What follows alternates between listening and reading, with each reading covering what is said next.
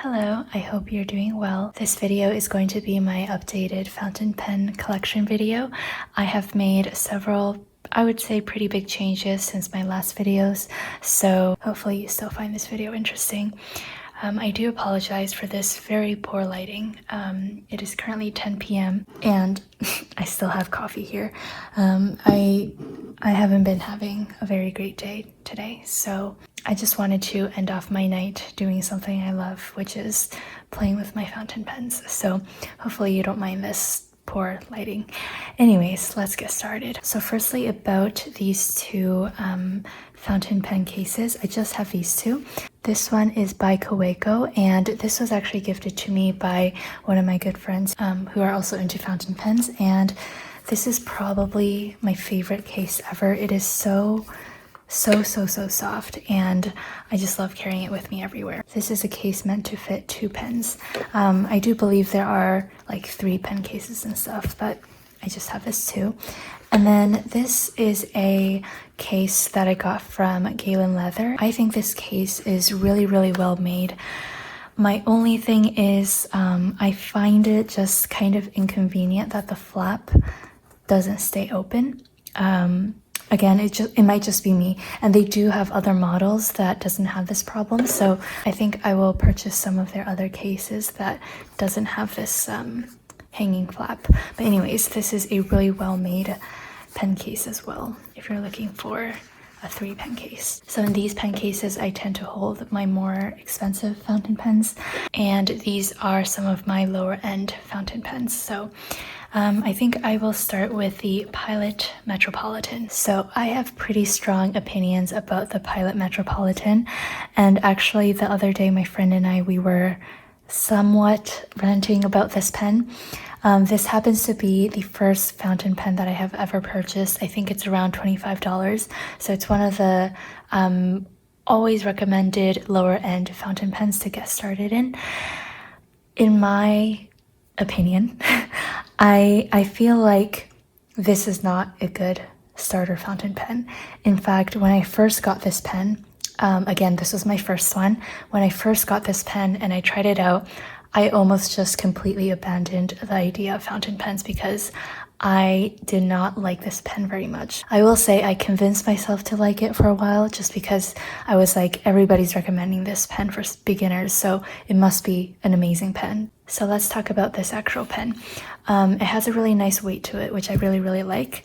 And this is what it looks like uncapped. This nib is a fine nib, and the filling mechanism, you can use a cartridge with this pen, or you can use the press plate converter that comes with it, which is another reason why I do not like this pen.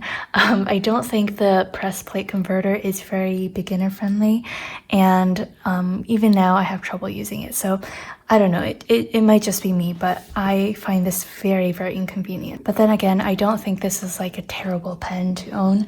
I just don't think that it's the best starter pen. If you have never used fountain pens before, I would want you to use a pen that works very well for its price.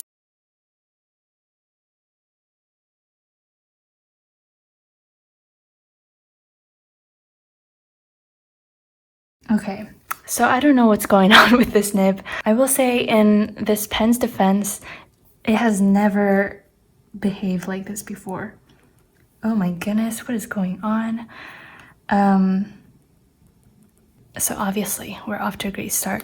Again, a disclaimer, when I had this pen, it actually wrote correctly. I don't know why it's no longer writing at all.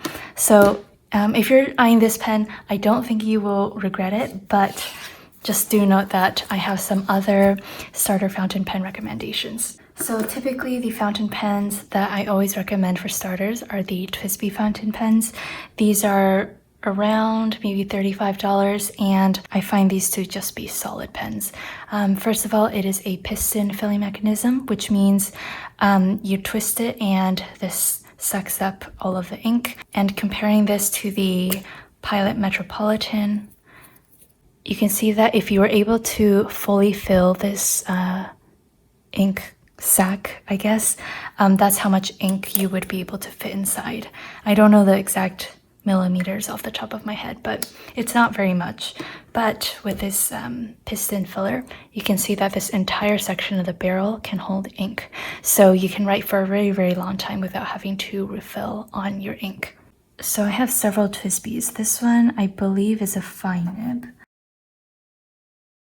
I don't have very many complaints about this pen, even though I have accumulated quite a few higher end, more expensive pens. I still use my TWSBIs a lot in my daily life just because I love them so much. Especially if you're a student, the TWSBI fountain pens are amazing. And then this is another TWSBI fountain pen. This is the Eco T, and I believe I have this in a medium. I inked this up literally like 2 years ago and it's still writing fine.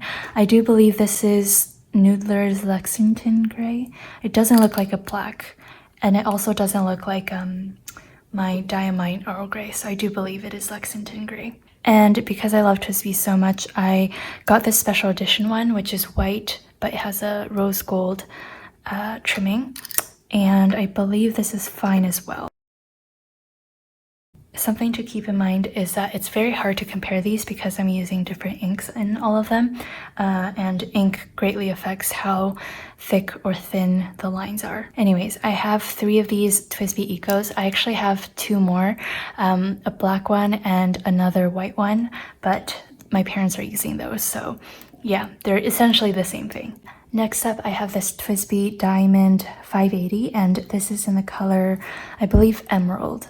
And I was actually gifted this by one of my followers, and I love this pen so much. So the Diamond 580 is noticeably heavier than the Ecos, and I do find that I have trouble writing for long periods of time with this pen just because of how heavy it is. But it is so pretty. They have a lot of different colors. If you like the aesthetic of this, I believe the markup is just like an extra $20 or maybe $30 from the Ecos. Next up is my last TWSBI, and this is an interesting one. This is the TWSBI Classic, and I don't see a lot of people talking about this pen. It's also interesting because this is my only stub nib. As you can see, the tip of the nib is kind of squared off.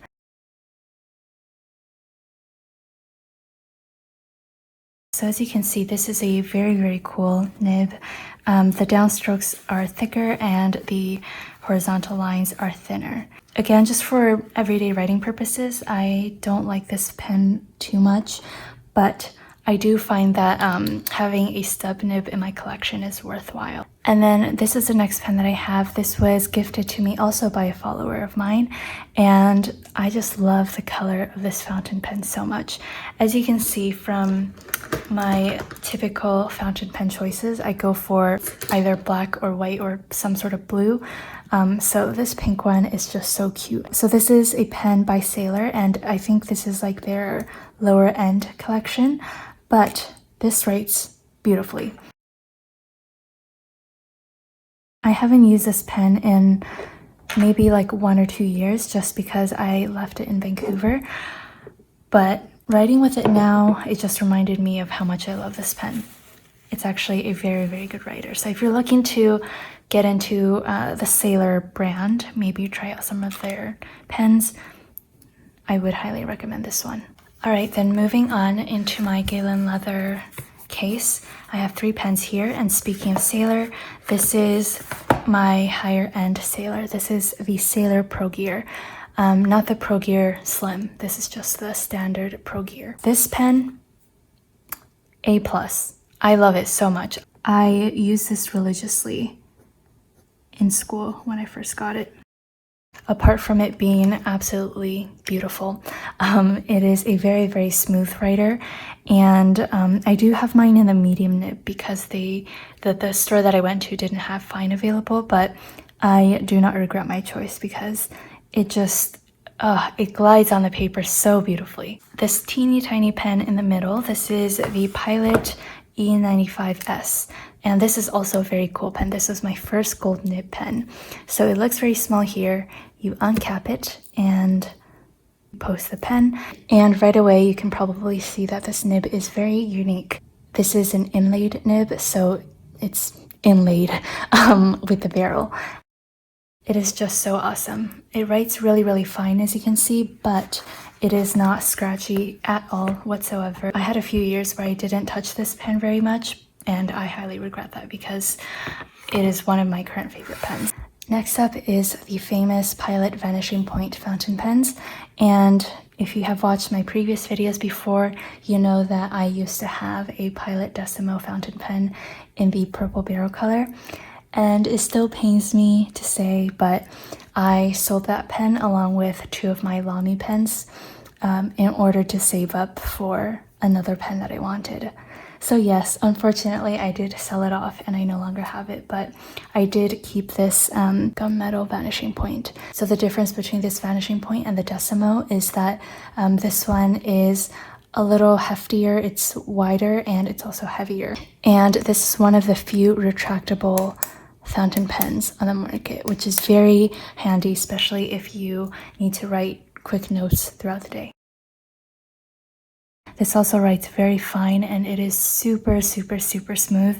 The only downside that I have is that the converter is just terrible. If I wanted to curse in video, I would curse at this converter because it is so bad. And I think this is an observation a lot of people who own this pen have, because it's just so bad. It does not fill ink up very well. And I have tried following tutorials and little hacks here and there that people post about filling up the converter all the way, but it just never works for me.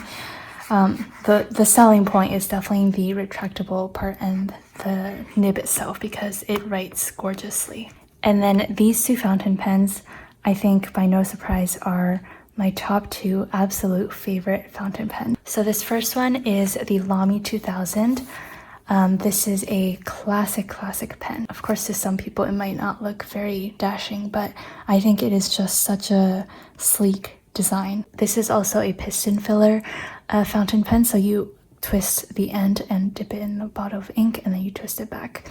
But it is so sleek that you can barely even see the line where it's supposed to twist. This is also a very cool pen because it is a hooded nib.